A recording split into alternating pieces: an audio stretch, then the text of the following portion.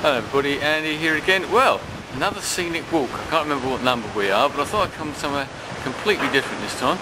This is London. If I pan around this way, you might be able to see one of the most famous sights of the city of London, Tower Bridge. I'll be walking across there very shortly, and what I intend to do is to come around.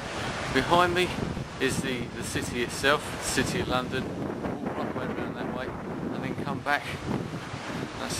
Behind me is London Bridge. I don't know if you can see it down that way, and back at sort of a nice circular walk, only about 4 miles or something like that, but something a bit different for you today, a bit of history, a couple of film locations as well, hopefully as well, just for Brenda.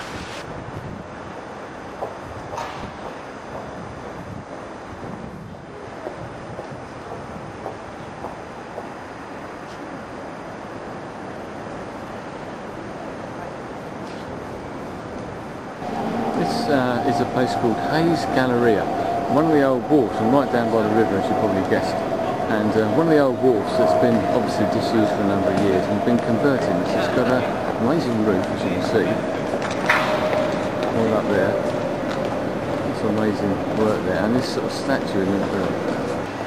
So I'm not really sure what you class this as. It's just an amazing artwork. It's something out of a Terry Gilliam film or something like that, I think. Still right on the south bank. Obviously London, like lots of other cities, built on the river and traded by the river. The city itself was actually, although there was a settlement here, was mainly sort of settled, I suppose, and exploited and built up by the Romans. So that's a long time ago, a very ancient city, as I'm sure you're well aware. This particular building right in front of you is the new GLC, the Greater London sort of Authority building, which was built not that long ago. And let's just see if I come round.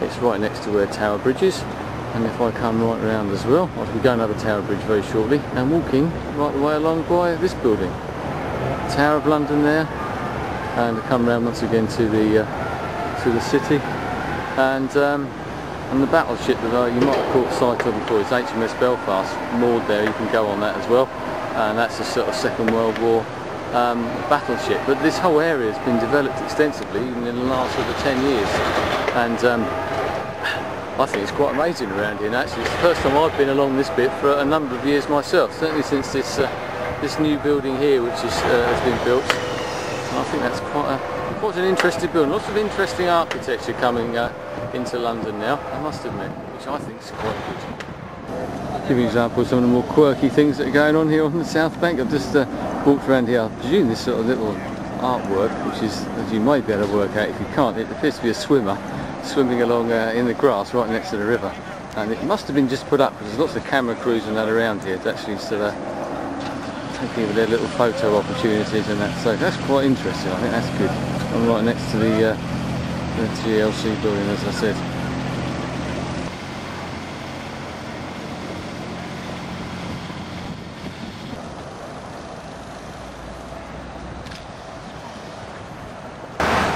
Well, here we are on Tower Bridge itself, a bit noisy, I hope you can hear me. The bridge itself was built in, or finished, in sort of the end of the 1800s, and it's still, as you may have seen in sort of pictures and movies, etc., it does get raised so that ships underneath, and that still does happen quite on a regular basis actually.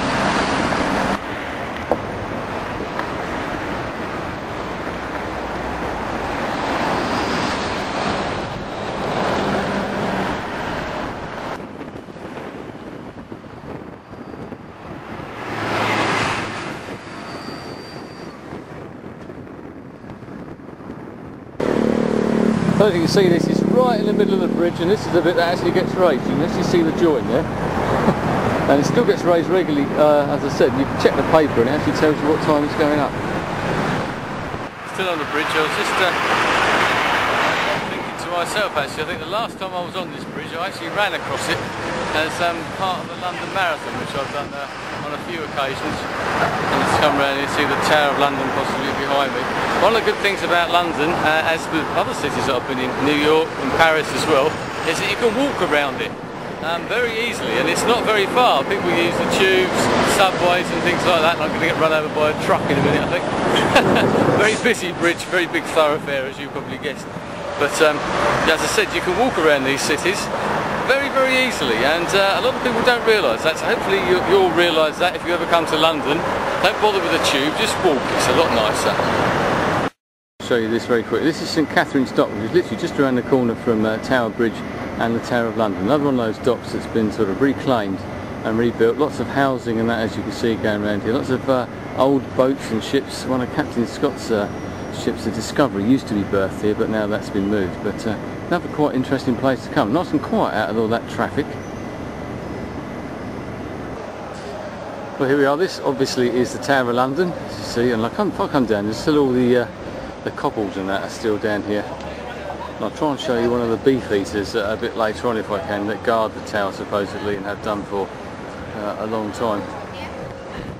In case you're not aware, the tower was actually built by the Normans, and this, I think this bit right in front of me, which is, I think this is the oldest part, the White Tower, that was actually built by William the Conqueror and was finished in about 1090 something or other, so it's been here a long time, believe me, as has lots of the city.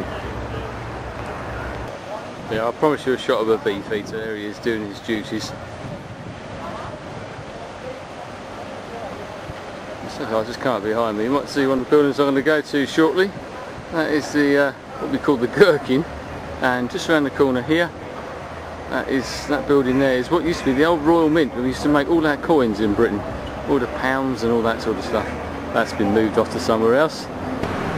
Well, I mentioned before about walking around cities and how easy it is, and what I tend to do in places like London, how I've learnt to know a bit about London, is just by walking around and using buildings as guides. You see big tall buildings and you thought, I've worked my way towards that, and yes, you can get lost. Maybe I've got a fairly good sense of direction, I don't know, but I've done it in Paris, I've done it in New York. I know New York's a nice grid system, but it's actually it's not too hard at all. So just if you ever come to places like this, just have a wander around.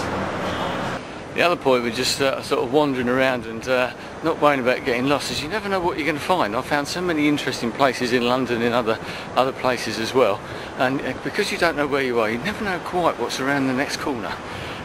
Sometimes it's not where you want to be, but that doesn't matter. You can soon get back and just retrace your steps. I can't say I've never been up this road before in my life, but that doesn't matter, does it? And as if to prove the point I was just making, that is Fenchurch Street Station. Not very interesting maybe, but I've never seen it before and I've often wondered where it was. And now I know. I don't know if I could ever find it again, but there you go. One of the good things about somewhere like London is the difference in the ages of the building. I mean, this is St Helen's Church, right in the middle of the city.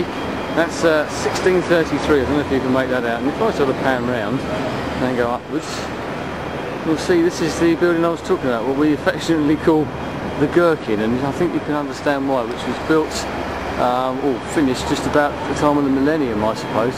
Quite an amazing building actually. I can't remember who the architect was, but there's lots of different styles of architecture around here. Obviously London was sort of bombed a hell of a lot in the Second World War with the Blitz, and this area was one of the worst affected. So there, as I say, there's this sort of mixture of the old and the new. 1633 to about the year 2000, that's not too bad. And I do like this building. I think this building's absolutely amazing. I used to watch it being built, so I used to sort of work and have to come into London on numerous occasions and used to sort of watch it gradually going up. More great examples of the difference in the ages. Another old church here. This is a brand new building. I don't know what this one is, but if I come along here you might recognise this one. This is the Lloyd's building in London. Very, very strange. Reminds me a bit like the Pompidou Centre in Paris actually. It's one of those buildings I used to hate, but I actually quite like now. I'll get a bit closer to it in a minute, not be able to see too much.